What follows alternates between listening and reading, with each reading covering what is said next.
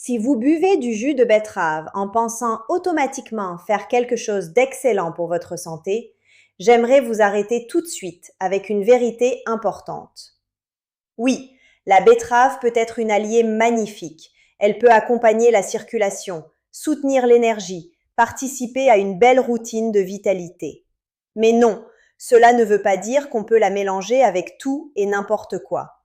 Et surtout, cela ne veut pas dire qu'un grand verre improvisé chaque matin est forcément une bonne idée pour tout le monde. Je m'appelle Isabelle Moreau, j'ai 63 ans et aujourd'hui, j'aimerais vous parler de cela avec beaucoup de nuances, parce que je me méfie énormément des vidéos qui prennent un aliment intéressant et le transforment soit en remède absolu, soit en piège terrifiant. La vérité, comme souvent, est plus subtile. Le jus de betterave n'est ni un miracle, ni un poison. C'est une boisson active, intéressante, mais qui mérite d'être utilisée avec intelligence. Après 60 ans, cela compte encore davantage. Le système digestif devient parfois plus sensible. Les reins demandent plus de respect. La glycémie peut devenir plus instable. La tension peut être plus fragile. Et ce qui paraissait très simple à 35 ans demande souvent un peu plus de discernement à 65 ou 75. Alors aujourd'hui, j'aimerais faire quelque chose de très clair. D'abord, je vais vous parler de plusieurs associations que je trouve moins intéressantes, surtout lorsqu'elles sont répétées ou utilisées chez des personnes déjà fragiles. Ensuite, je vais vous parler de la manière la plus simple et la plus intelligente de boire le jus de betterave si vous aimez ses effets. Commençons par une idée essentielle. Le problème n'est pas toujours la betterave. Le problème, c'est la concentration, la fréquence, le terrain et les mélanges hasardeux. Le jus est une forme très concentrée. On retire la fibre, on concentre certains sucres, certains composés, certaines charges minérales. Et le corps, lui, doit gérer tout cela. La première association dont j'aimerais parler, c'est le jus de betterave avec beaucoup de citron. Je sais, cela semble très santé. Le citron a une excellente réputation. On imagine fraîcheur, vitamine C, nettoyage, légèreté. Mais chez beaucoup de personnes âgées, surtout quand l'estomac est déjà un peu fragile, un mélange très acide peut être bien moins agréable qu'on ne le croit. Certaines personnes vivent déjà avec du reflux, une gastrite, un estomac sensible ou une bouche plus réactive. Et quand on ajoute un grand filet de citron à un jus de betterave cru, cela peut devenir irritant. Pas pour tout le monde, bien sûr, mais suffisamment souvent pour que cela mérite d'être dit. Quelques gouttes, parfois, pourquoi pas. Un demi-citron pressé dans un petit verre, là, je serais beaucoup plus prudente. La deuxième association que j'aimerais vraiment décourager, c'est le jus de betterave avec du miel, du sucre ou des sirops naturels ajoutés pour le rendre plus agréable. Là, soyons très honnêtes. Si vous prenez une boisson déjà naturellement sucrée et que vous lui ajoutez encore du sucre, vous changez complètement l'histoire métabolique du verre.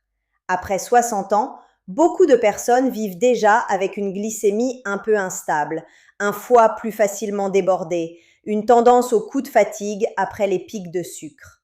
Ajouter du miel ou du sucre à ce type de jus, ce n'est pas l'adoucir intelligemment, c'est l'alourdir. C'est le transformer en boisson qui peut fatiguer davantage le terrain au lieu de le soutenir. Si le goût terreux vous gêne, mieux vaut une petite quantité de concombre ou un morceau modeste de pomme verte que des sucres ajoutés. La troisième combinaison que je regarderai avec beaucoup de prudence, c'est le jus de betterave avec l'orange. Là encore, l'idée paraît très séduisante. 2 couleurs vives, une impression de boisson vitaminée. Mais dans la vraie vie digestive, cela ne réussit pas à tout le monde, loin de là. L'acidité des agrumes, les sucres rapides et la concentration du jus peuvent créer chez certaines personnes un mélange trop brutal, ballonnement, lourdeur, reflux, inconfort. Et je veux dire quelque chose ici qui me semble très important. Un mélange qui paraît sain sur le papier n'est pas toujours celui qui respecte le mieux votre corps réel. Après 60 ans, ce que l'on cherche, ce n'est pas un verre instagrammable. C'est une boisson que votre estomac, votre glycémie et votre énergie peuvent vraiment accueillir. La quatrième association que j'éviterais, c'est le jus de betterave avec du vinaigre, notamment dans ces recettes pseudo-détox qui circulent beaucoup. Là, franchement, je trouve que l'on mélange trop souvent des idées séduisantes sans penser à la digestion réelle. Betterave, vinaigre, tonicité, purification, tout cela sonne bien. Mais dans l'estomac d'une personne sensible, cela peut vite devenir agressif. Trop acide, trop irritant, trop dérangeant. Encore une fois, si vous aimez le vinaigre, gardez-le pour les salades. Tout n'a pas besoin d'être mélangé dans un verre au nom de la santé. La cinquième association que je trouve vraiment peu intéressante, c'est le jus de betterave avec du lait ou d'autres produits laitiers dans une sorte de smoothie crémeux. Là aussi, je sais que certaines personnes aiment la texture et pensent faire un mélange complet. Mais beaucoup d'estomacs plus âgés aiment de moins en moins ce type de combinaison. Cela peut devenir lourd, fermenté, donner une sensation de pierre dans l'estomac ou simplement mal se digérer. Le vrai sujet n'est pas seulement de savoir si un mélange est théoriquement possible. Le vrai sujet est de savoir s'il est respectueux d'un système digestif vieillissant. Et très souvent, plus c'est simple, mieux c'est. Il y a aussi une autre idée importante que je voudrais aborder, même si elle demande un peu plus de nuances. Les mélanges très riches en oxalates, comme betterave plus épinards crus ou betterave plus certaines grandes quantités de racines concentrées, peuvent ne pas être idéaux chez tout le monde. Là, je veux être très responsable. Tout le monde ne va pas développer des problèmes à cause d'un verre occasionnel. Mais chez des personnes déjà sujettes aux calculs rénaux, à certaines fragilités rénales ou à une faible hydratation chronique, concentrer plusieurs ingrédients riches en oxalates dans un même jus n'est pas forcément une très bonne idée. C'est pour cela que je reviens toujours au même principe. Il faut tenir compte du terrain. Une personne jeune, hydratée, sans souci digestif ni rénal, ne réagit pas comme une personne de 72 ans avec une digestion lente, une sensibilité rénale et plusieurs médicaments. Il faut aussi parler des carottes. Beaucoup de gens aiment betterave-carotte comme duo santé classique. Je ne vais pas vous dire que ce mélange est toxique, ce ne serait pas sérieux.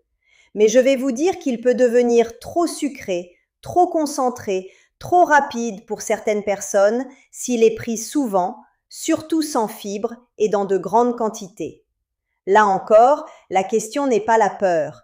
La question est-ce que votre corps a vraiment besoin de cela sous cette forme-là? Mais maintenant, j'aimerais passer à ce qui compte le plus.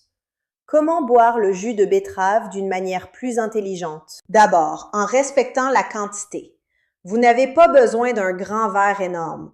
Très souvent, une petite quantité suffit largement. Le corps n'a pas besoin d'être inondé pour profiter d'un aliment actif. Après 60 ans, la modération est souvent beaucoup plus efficace que la démonstration. Ensuite, j'aime beaucoup l'idée de le garder simple. Betterave seule si vous la supportez bien. Ou alors, betterave avec un peu de concombre, un peu de céleri ou une petite touche de pomme verte si le goût vous semble trop fort. Des accompagnements doux, simples, pas trop sucrés, pas trop acides, pas trop lourds. Le moment compte aussi. Beaucoup de personnes le supportent mieux sur un estomac léger plutôt que juste après un repas lourd. Mais là encore, il faut s'écouter. Certaines personnes plus sensibles préfèrent justement ne pas le prendre complètement à jeun. La vraie intelligence ici consiste à observer. Est-ce que cela vous fait du bien? Est-ce que cela vous pèse? Est-ce que votre énergie est meilleure ensuite?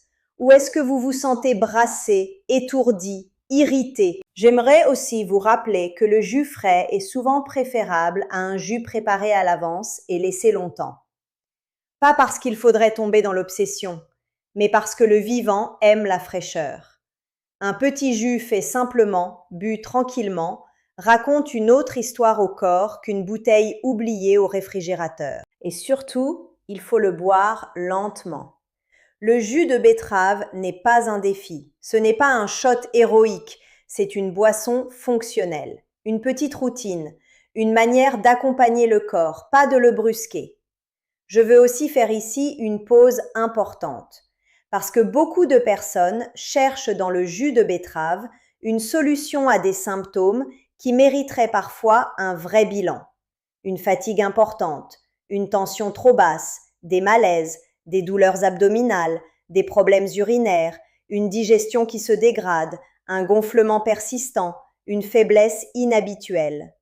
Le jus de betterave peut faire partie d'une belle routine, oui, mais il ne doit jamais devenir un écran entre vous et ce que votre corps essaie de signaler. Le vrai sujet n'est pas seulement de boire quelque chose de sain.